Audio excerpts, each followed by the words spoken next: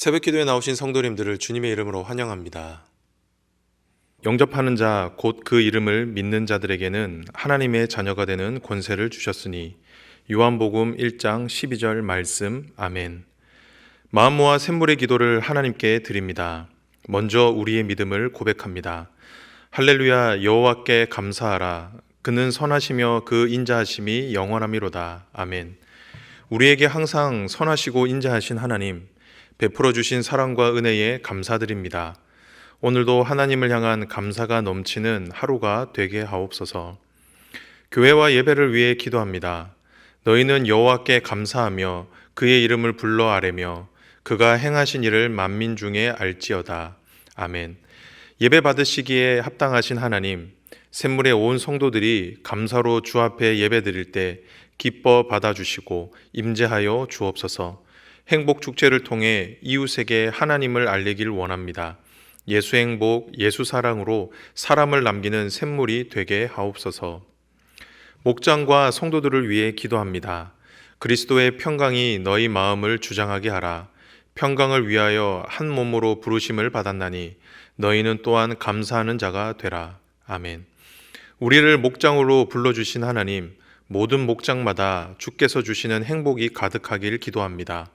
서로를 돌아보며 기도할 때 응답하여 주시고 어려움 중에 있는 성도들의 필요를 채워 주옵소서. 다음 세대와 청년을 위해 기도합니다. 그 안에 뿌리를 박으며 세움을 받아 교훈을 받은 대로 믿음에 굳게 서서 감사함을 넘치게 하라. 아멘.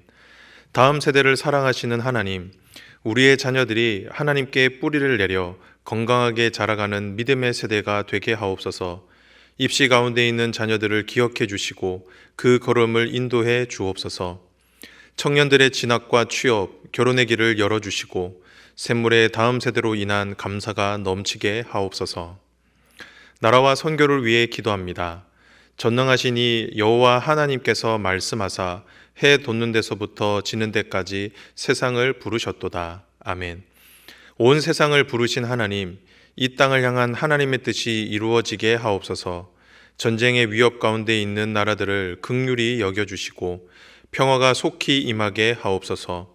오늘도 복음 들고 산을 넘는 선교사님들과 동행해 주시고 그들의 삶을 지켜 주옵소서. 오늘도 우리의 걸음을 인도하시는 예수님의 이름으로 기도하옵나이다. 아멘.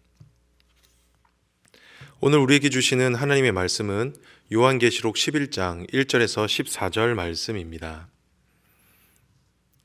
또 내게 지팡이 같은 갈대를 주며 말하기를 일어나서 하나님의 성전과 제단과 그 안에서 경배하는 자들을 측량하되 성전 바깥 마당은 측량하지 말고 그냥 두라. 이것은 이방인에게 주었은즉 그들이 거룩한 성을 42달 동안 짓밟으리라.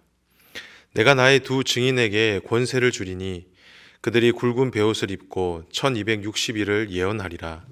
그들은 이 땅에 주 앞에 서 있는 두 감람나무와 두 촛대니 만일 누구든지 그들을 해하고자 하면 그들의 입에서 불이 나와서 그들의 원수를 삼켜 버릴 것이요 누구든지 그들을 해하고자 하면 반드시 그와 같이 죽임을 당하리라. 그들이 권세를 가지고 하늘을 다 그 예언을 하는 날 동안 비가 오지 못하게 하고 또 권능을 가지고 물을 피로 변하게 하고 아무 때든지 원하는 대로 여러 가지 재앙으로 땅을 치리로다. 그들이 그 증언을 마칠 때에 무정형으로부터 올라오는 짐승이 그들과 더불어 전쟁을 일으켜 그들을 이기고 그들을 죽일 터인즉 그들의 시체가 큰 성길에 있으리니 그 성은 영적으로 하면 소돔이라고도 하고 애굽이라고도 하니 곧 그들의 주께서 십자가에 못 박히신 곳이라.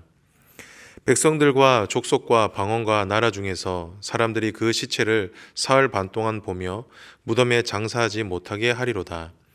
이 두 선지자가 땅에 사는 자들을 괴롭게 한 고로 땅에 사는 자들이 그들의 죽음을 즐거워하고 기뻐하여 서로 예물을 보내리라 하더라. 3일 반 후에 하나님께로부터 생기가 그들 속에 들어가매 그들이 발로 일어서니 구경하는 자들이 크게 두려워하더라. 하늘로부터 큰 음성이 있어 이리로 올라오라 함을 그들이 듣고 구름을 타고 하늘로 올라가니 그들의 원수들도 구경하더라. 그때에 큰 지진이 나서 성 10분의 1이 무너지고 지진에 죽은 사람이 7천이라. 그 남은 자들이 두려워하여 영광을 하늘의 하나님께 돌리더라. 둘째 화는 지나갔으나 보라, 셋째 화가 속히 이르는도다. 오늘 우리에게 주시는 하나님의 말씀, 교회의 걸음입니다. 예수님께서는 베드로의 신앙 고백 위에 교회를 세우셨습니다. 그 신앙 고백이 무엇이었습니까? 주는 그리스도시요 살아계신 하나님의 아들이시니이다. 그렇기에 교회는 주 대신 예수님을 위해 살아야 하는 신앙 공동체입니다. 그렇다고 하면 예수님을 주로 고백하는 신앙 공동체의 걸음은 어떠해야 할까요? 오늘은 이 말씀으로 주신 은혜를 함께 나누도록 하겠습니다.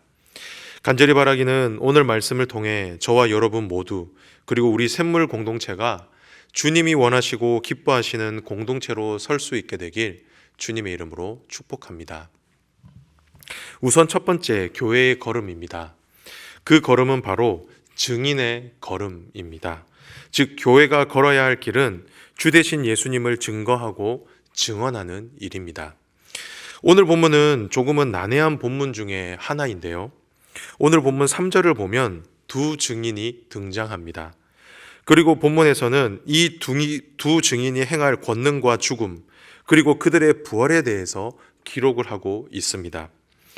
그래서인지 예로부터 사람들은 여기에 나오는 두 증인이 누구인지 궁금해했습니다.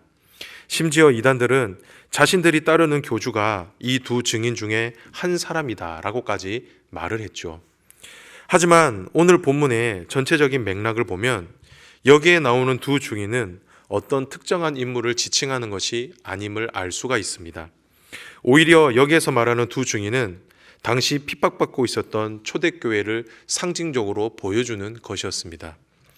왜냐하면 당시엔 교회나 교회를 핍박하는 악한 세력들을 직접적으로 언급할 수 없었기 때문에 상징적인 언어들로 설명을 한 것이죠. 즉, 오늘 본문은 앞으로 교회의 걸음이 어떻게 될 것인지를 보여주는 예언적인 말씀이다라는 겁니다.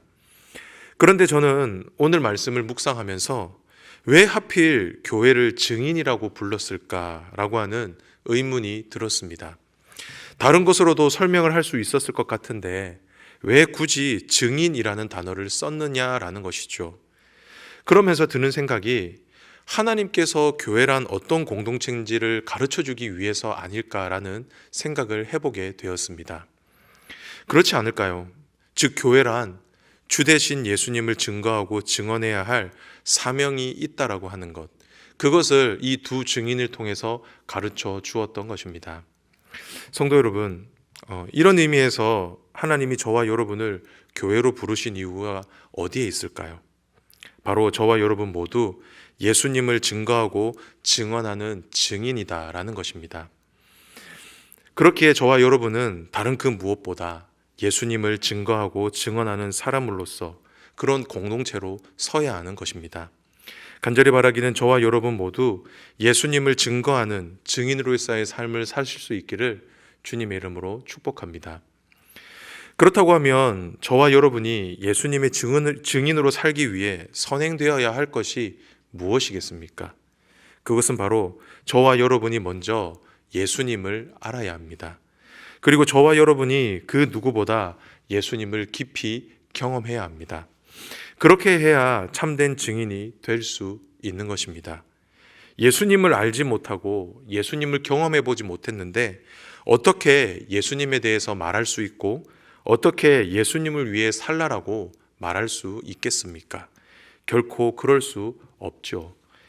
사랑하는 성도 여러분, 하나님은 저와 여러분을 그리고 우리 샘물교회를 예수님의 증인으로 부르셨습니다. 증인은 자신이 보고 듣고 경험한 것을 증언해 그 사실을 입증하는 사람이죠. 그렇게 저와 여러분의 첫걸음은 예수님을 더 깊이 알아가고 더 깊이 경험하는 것입니다. 그리고 그것을 바탕으로 이 세상 속에서 예수님을 증언하고 사는 것이죠. 간절히 바라기는 저와 여러분 모두 예수님의 사람들로서 예수님의 증언을 하는, 예수님을 위해 증언하는 이 일에 충성할 수 있게 되기를 주님의 이름으로 축복합니다. 둘째, 교회의 걸음입니다. 그것은 바로 핍박의 걸음입니다. 다른 말로는 고난의 걸음이다 라고 말할 수 있을 것 같습니다. 우리는 앞선 말씀들을 통해 교회가 걸어야 할 걸음은 증인의 걸음이다 라고 배웠습니다. 저와 여러분은 때를 얻든지 못 얻든지 예수님을 증거해야 할 사명이 있습니다. 분명 그 걸음에는 능력이 있을 것입니다. 그리고 많은 사람들이 주께로 돌아올 것입니다. 하지만 그 걸음에는 반드시 따라오는 것이 있는데 그것이 무엇이라는 겁니까? 바로 고난, 핍박이다라는 것이죠. 우리 7절을 다 함께 읽어보겠습니다. 그들이 그 증언을 마칠 때에 무정행으로부터 올라오는 짐승이 그와 더불어 전쟁을 일으켜 그들을 이기고 그들을 죽일 터인즉. 사도 요한은 교회가 예수님을 증언할 때 어떤 일이 일어난다라고 설명하고 있습니까? 지옥으로부터 올라온 악한 영들이 교회와 싸울 것이다 라고 말씀하고 있죠. 그런데 그 결과가 어떻게 된다라고 말씀하고 있습니까? 그들이 이기고 그들을 죽일 터인즉. 무슨 말입니까? 교회가 진다라고 말씀합니다. 상당히 충격적인데요. 그런데 심지어 많은 성도가 죽을 것이다 라고 말씀합니다. 이처럼 성경은 예수님을 주로 고백하고 살아갈 때 우리에게 권능과 영광도 주어지지만 그에 못지않게 많은 핍박과 고난도 있을 것임을 말씀하고 있습니다. 아마도 이 말씀은 당시 많은 핍박을 받고 있었던 교회에게는 큰 가르침이 됐을 것입니다. 왜냐하면 당시 성도들은 자신들이 받고 있었던 핍박과 고난을 제대로 해석하지 못했기 때문입니다. 복음을 전하는데 왜 고난이 있을까? 고난 중에 있을 때 과연 주님은 어디 계시는가? 이와 같은 질문들이 끊어지지 않았다라는 것이죠. 하지만 본문을 통해 증인으로서 사는 사람에겐 고난과 핍박은 당연하다는 사실을 이들은 받아들이게 되었을 것입니다. 왜 그렇습니까? 자신들이 믿고 섬겼던 예수님도 복음을 전하실 때 핍박을 받으시고 심지어 십자가에 못 박혀 돌아가셨기 때문이죠.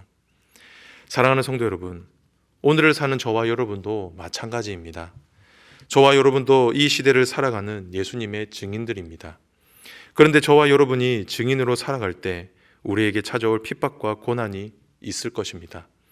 그 고난과 핍박은 초대교회 성도들이 당했던 죽음은 아닐지 모르지만 우리를 심리적인 죽음으로 몰아넣기에 충분한 핍박과 고난이 있을 것입니다. 그럴 때 우리는 분명 당황하겠죠. 하지만 꼭 기억해야 하는 것은 우리가 당하는 핍박과 고난은 당연한 것이다 라는 겁니다. 오히려 우리의 삶에 주님 때문에 받는 고난과 핍박이 있다라고 한다면 그것은 우리가 예수님의 증인으로서의 삶을 잘 살고 있다라고 하는 증거가 될 것입니다. 그렇기에 우리 앞에 놓인 고난을 혼란스럽게 받아들이거나 이것으로 좌절하거나 낙심하지 마시기를 바랍니다. 오히려 당연하게 여기시고 그 고난을 받아들이시기를 바랍니다. 이것이 바로 교회된 저와 여러분의 걸음일 것입니다. 간절히 바라기는 저와 여러분 모두 주님이 걸어가셨던 그 십자가의 길을 따라 주님과 함께 고난을 감당하는 저와 여러분이 되시길 주님의 이름으로 축복합니다. 마지막인데요. 마지막으로 오늘 본문이 우리에게 가르쳐주는 교회의 걸음은 무엇입니까? 그 걸음은 바로 승리의 걸음입니다. 이제 조금은 웃을 수 있을 것 같은데요. 우리는 앞선 말씀을 통해 복음의 증인들에게는 필연적으로 핍박과 고난이 있을 것임을 배웠습니다. 그런데 성경은 이것으로 우리의 이야기를 끝내지 않습니다. 우리의 삶이 고난으로 끝나지 않는다라는 것이죠. 오히려 더 찬란한 미래가 우리에게 있음을 가르쳐주고 있습니다. 그것이 무엇입니까? 바로 승리입니다. 우리 11절을 다 함께 읽어보도록 하겠습니다. 3일 반 후에 하나님께로부터 생기가 그들 속에 들어가매 그들이 발로 일어서니 구경하는 자들이 크게 두려워하더라. 본문을 보면 3일 반 후에 하나님께로부터 생기가 그들에게, 두 증인들에게 들어간다라고 말씀하고 있습니다. 이 말씀은 에스겔 37장에 나오는 마른 뼈 환상을 연상케 하는데요. 하나님께서 교회에 생기를 불어 넣어 주셔서 다시 교회가 살아날 것을, 다시 교회가 일어날 것을, 부활하게 될 것을 말씀하셨습니다. 그리고 이로 인해 어떻게 된다라고 말씀하고 있나요? 구경하는 자들이 크게 두려워하더라. 교회를 짓밟고 조롱하는 자들이 크게 두려워하게 될 것이다 라고 말씀하고 있습니다. 그런데 성경은 여기에서 멈추지 않습니다. 12절을 우리 한번 다 함께 읽어보도록 하겠습니다. 하늘로부터 큰 음성이 있어 이리로 올라오라 함을 그들이 듣고 구름을 타고 하늘로 올라가니 그들의 원수들도 구경하더라. 하나님께서는 복음을 위해 죽은 자들을 어떻게 하셨습니까? 주님과 같이 구름을 타고 하늘로 올라가게 하셨습니다. 이것은 예수님과 함께 승리할 것을 말씀하시는 장면이다라고 볼 수 있는 것이죠. 성도 여러분, 우리는 이 말씀을 통해 우리의 결국을 알 수 있습니다. 저와 여러분은 예수님을 증언하는 증인의 삶을 살아야 합니다. 그런데 그 증인의 삶을 살 때 우리에게 참된 보람도 있지만 우리에게 많은 고난과 핍박이 있을 것입니다. 하지만 우리가 당하는 고난을 당연하게 받아들이고 묵묵히 그 걸음을 걸어갈 때 하나님께서 우리에게 어떻게 하실까요? 우리 하나님은 우리에게 반드시 승리를 주실 겁니다. 결국 우리의 말과 우리의 삶이 옳았다라는 것을 우리 주님께서 증명해 주시고 우리에게 승리를 주실 것이다 라는 것입니다. 사랑하는 성도 여러분, 저와 여러분은 결과를 알고 싸움을 싸우는 사람들입니다. 우리의 결국은 승리가 될 것입니다. 마지막에 웃는 사람은 바로 저와 여러분이 될 것입니다. 그렇기에 오늘을 너무 힘들어하지 마시길 바랍니다. 주님 때문에 받는 고난을 힘들어하지 마시고 당연하게 받아들이시기를 바랍니다. 오히려 더욱 주님의 일에 힘쓰는 저와 여러분이 되었으면 좋겠습니다. 주님께서 반드시 저와 여러분의 인생을 역전시켜 주실 것입니다. 우리에게 영광스러운 승리를 반드시 허락해 주실 겁니다. 바라기는 그날을 소망하며 오늘 하루 여러분에게 주신 그 증인의 삶을 묵묵히 살아갈 수 있게 되기를 바랍니다. 이것이 바로 우리 주님께서 저와 여러분에게 주시는 성도의 걸음이고 교회의 걸음일 것입니다. 간절히 바라기는 저와 여러분 모두 주님과 같이 승리할 수 있기를 주님의 이름으로 축복합니다. 말씀을 정리합니다. 오늘의 말씀, 교회의 걸음이었습니다. 오늘 저와 여러분이 걸어야 할 삶의 걸음에 대해서 배웠습니다. 그 걸음이 무엇이었습니까? 첫째는 증인의 걸음이었습니다. 그리고 둘째는 무엇이었습니까? 핍박의 걸음, 고난의 걸음이었습니다. 그리고 마지막은 무엇이었습니까? 승리의 걸음이었죠. 사랑하는 성도 여러분, 지금 여러분은 어디에 서 계십니까? 여러분이 걷고 있는 그 길은 어떤 길입니까? 바라기는 주님이 부르시는 그날까지 이 성도의 걸음, 교회의 걸음을 묵묵히 걸어갈 수 있게 되기를 주님의 이름으로 축복합니다.